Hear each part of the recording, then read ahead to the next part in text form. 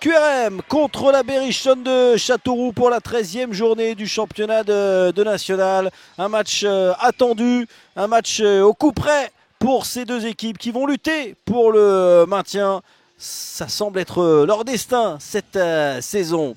Allez, on débute avec le 11 de départ mis en place par Fabien Valéry. Un 11 de départ qui ressemble énormément au 11 mis en place lors du dernier match, avec un seul changement du côté de QRM, l'absence d'Enjike suspendu, remplacé par Capo Silva. 4-4-2 classique, Silva. La composition d'équipe de Châteauroux avec Valentin Guichard qui s'est posé beaucoup de questions après ce qui s'est passé lors du match contre Aubagne, et il est reparti avec le 4-2-3-1, mais avec quand même 5 changements par rapport à l'équipe qui a été battue face à Aubagne, et notamment en attaque. Verdier, Ahmed Zakwani titularisé, et on fait confiance au milieu de terrain. Retour de Diarra, le capitaine derrière, et de Goncalves. On garde le même système, mais il y a quand même des hommes qui changent. Allez, c'est parti, le premier coup de sifflet de ce match pour le début de cette rencontre. Qui est de lui de conserver ce ballon et de jouer de haut but de temps en temps, ça peut durer. Attention, attention, il est parti avec Anani. La tête, elle sera directement sur Lucas Lavallée qui capte ce ballon. On avait réussi à trouver l'homme seul dans la surface de réparation. Et quand vous parlez de peur, hein, c'est un ressenti presque... comment dire, qui n'est pas volontaire, hein, bien entendu, de la part du joueur. Attention, attention, il va y avoir un bon décalage là avec Diliwidi. La frappe qui va passer au-dessus. Ouais, Diliwidi avec peut-être un ballon par-dessus. Finalement, le décalage sur Capo Silva avec Jason Trey pour une première fois offensivement avec ce centre repoussé par la défense. C'est pas fini la récupération, la frappe. Ça s'envole encore au-dessus du but de la Vallée. Cette frappe de Jordan Le Borgne.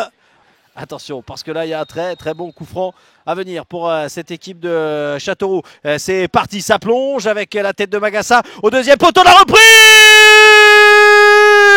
Et ça finit au fond des filets. C'est signé Issam Bouaoun. Et c'est la Berrichonne qui prend l'avantage à 0. Les coups de pied arrêtés font très très souvent la différence. Là, là, déjà, elle est très très bien tirée au deuxième poteau. On a un premier duel qui est gagné par l'attaquant de Châteauroux et derrière. Bouaoun, et du coup, ça fait but. Et si à un moment donné, ils n'arrivent pas à... Attention, attention, la récupération, Ahmed, et la faute de Thérézin. Non, pas de faute de Vigil Thérézin, d'aider l'homme qui tente d'y aller. Il n'y aura pas de coup de sifflet non plus de la part de Monsieur Perpignan, et l'avantage est laissé. Et c'est un ballon pour Zakwani sur son côté. Il va entrer à la surface. La frappe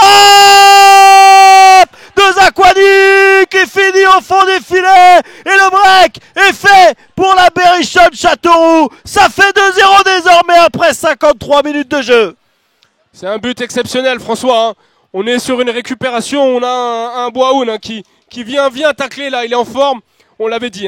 Défensivement, il était très costaud ce soir. Et derrière, on joue très très vite. Dembélé qui écarte sur le côté. Et là, on a la qualité du joueur Castelroussin, Zakwani. Il déborde et ensuite il enchaîne. Il est en confiance.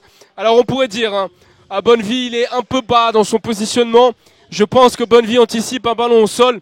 Et comme il anticipe un ballon au sol, il est forcément pas à mi-hauteur. Et comme il n'est pas à mi-hauteur, il a du mal à pousser pour aller la chercher. Et ça fait 2-0. Très sincèrement, sur les 10 premières minutes de la seconde mi-temps, c'est tout à fait mérité pour Châteauroux. Et c'est tout à fait logique. Où il ne faudra pas craquer du côté des Normands. Attention, ce ballon dans la surface de réparation. Trinquer, ça rejoue avec Zakwani. Le centre, et ce ballon qui finit au fond des filets avec Brahima Magassa qui le reprend de la tête, et avec un coup de billard, ça finit dans les filets de QRM et ça fait 3-0. L'addition commence à être très salée. Châteauroux qui mène 3-0. Là, on a quelque chose d'intéressant, François. Ils ont décidé de jouer le corner à deux. L'idée de jouer le corner à deux, c'est d'enlever des points de repère aux joueurs défensifs adverses. Parce qu'à un moment donné, les joueurs sont attirés par le ballon. Et qu'est-ce qui se passe ? Évidemment, ils lâchent leur marquage. En lâchant leur marquage, on a un Magassa qui se retrouve tout seul et qui la met au fond. Ça vient consacrer aussi une attitude positive des joueurs de Châteauroux qui n'ont pas cherché à reculer et qui ont vocation à chaque fois à garder la maîtrise de ballon, de continuer à attaquer pour aller mettre ce troisième but. Regardez Sylvain, qui touche ce ballon en dernier. J'ai l'impression que c'est ou Boaoun ou un joueur sur cette intervention. Il va se trouver un partenaire, Samoura qui va attendre le décalage, c'est bien fait, Jason Trey qui va pouvoir centrer, c'est repousser la frappe de Samoura, derrière elle est déviée au départ, ce devrait être un corner, ce ballon est sorti, oui. Et attention parce qu'il y a encore un ballon pour Yanis Verdier qui va aller défier Jason Trey, la frappe de Verdier, elle a été touchée au départ, ce sera un corner. Qui a signé à l'ASCAN si mes souvenirs sont exacts. Exactement. En remplacement de Damien Haute, autre entraîneur du National. La frappe pour le sursaut d'orgueil de QRM. La frappe d'Ismaël Bouneb qui aura fait une superbe rentrée. Et finalement, ce sera un 6 mètres. Je crois que l'arbitre aime bien le match. Et oui, parce qu'on est à 6 minutes et 15 secondes. Allez, voilà, il suffit de dire ça pour entendre les 3 coups de sifflet. Synonyme de victoire pour la Berrichonne de Châteauroux sur la pelouse de QRM ici à Robert Diochon après avoir fait tomber le FC Rouen. Châteauroux revient en terre normande pour battre Queville. Rouen Métropole 3-0. C'est un score mérité, hein, François. Au vu de la première demi-heure sur la première mi-temps, on pouvait considérer que Châteauroux dominait les débats. Alors ils se sont fait un peu bousculer sur le dernier quart d'heure. Puis après, en deuxième mi-temps, ils ont mis des ingrédients nécessaires pour aller mettre ce premier but. Et l'équipe de Châteauroux faire la fête avec ces 3 supporters qui ont fait le déplacement. Bravo à eux, bravo aux supporters Castelroussin. Dans ces cas-là, Sylvain, le retour, il est génial. Hein. Oh, c'est exceptionnel. Et puis, je crois que la semaine a été très compliquée, à la fois pour les joueurs, pour le staff, avec la défaite de la semaine dernière. Et c'est aussi un grand ouf de soulagement.